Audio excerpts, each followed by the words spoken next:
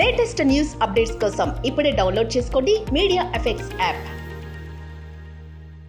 భద్రాద్రి కొత్తగూడెం జిల్లా మనుగూరు మండలంలో కదులుతున్న కారులో అకస్మాత్తుగా మంటలు చెలరేగి తీవ్ర కలకలం రేపింది. దంపతులు తీవ్ర గాయాల పాలయ్యారు. మంటలు గమనించిన స్థానికులు వారిని సింగరేణి హాస్పిటల్కి తరలించి చికిత్స అందిస్తున్నారు.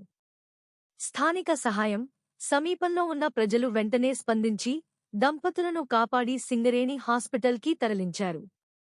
అత్యవసర సేవలు సమాచారం అందుకున్న పోలీసులు మరియు అగ్నిమాపక సిబ్బంది ఫైర్ ఇంజిన్లతో మంటలను అదుపులోకి తెచ్చారు. అయితే కారు పూర్తిగా దగ్ధమైంది. షాకింగ్ ఘటన సామాజిక మాధ్యమాల్లో విపరీతంగా వైరల్ అయింది. కారులో మంటలు చెలరేగిన వీడియో వేగంగా పాకింది. వాహన భద్రత మరియు సాధారణ రక్షణ చర్యలపై ప్రజలు తీవ్రంగా ఆందోళన వ్యక్తం చేస్తున్నారు.